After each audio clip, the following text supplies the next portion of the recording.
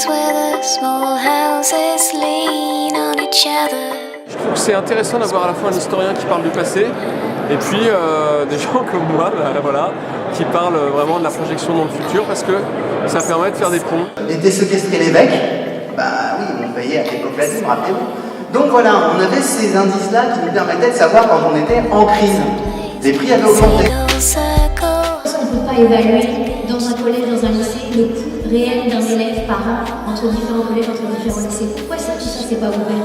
Pourquoi est-ce qu'on n'a pas les bilans sociaux des collectivités publiés en ligne sur Internet? Et c'est intéressant et c'est hyper boostant, je trouve, déjà de se confronter avec d'autres entreprises également, d'avoir leur point de vue sur la croissance. Donc il y a vraiment tout thème qui sont abordés et c'est vrai que pour nous c'est toujours enrichissant.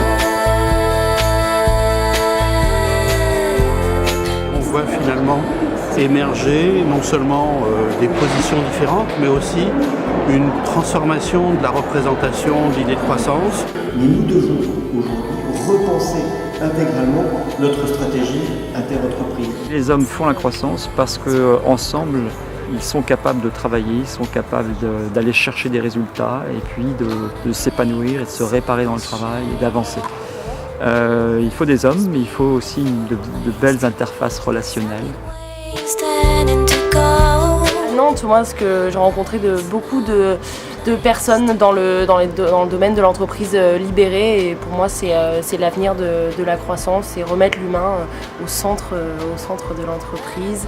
Peut-être que c'est un bon prétexte pour se remettre en cause sur les modèles sur lesquels on s'appuie et inventer d'autres nouveaux modèles de croissance qui prennent en compte des indicateurs autres qu'économiques mais plus sociétaux, humains ou environnementaux qui finalement nous permettent de voir qu'on est plutôt en voie de croissance.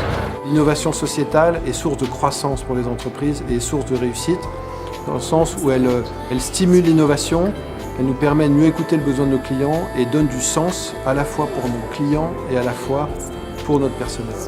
Nous avons mis en place un atelier collaboratif représentant les Pays de la Loire avec tous les secteurs d'activité clés des Pays de la Loire. Le but du jeu étant que les participants s'approprient une fonction d'une entreprise et qu'ils trouvent des nouvelles manières d'interagir pour pouvoir ainsi faire émerger des idées de croissance. L'Église est fortement impliquée, d'une part parce qu'elle est impliquée elle-même comme acteur de l'économie et qu'ensuite elle a une riche tradition de réflexion éthique.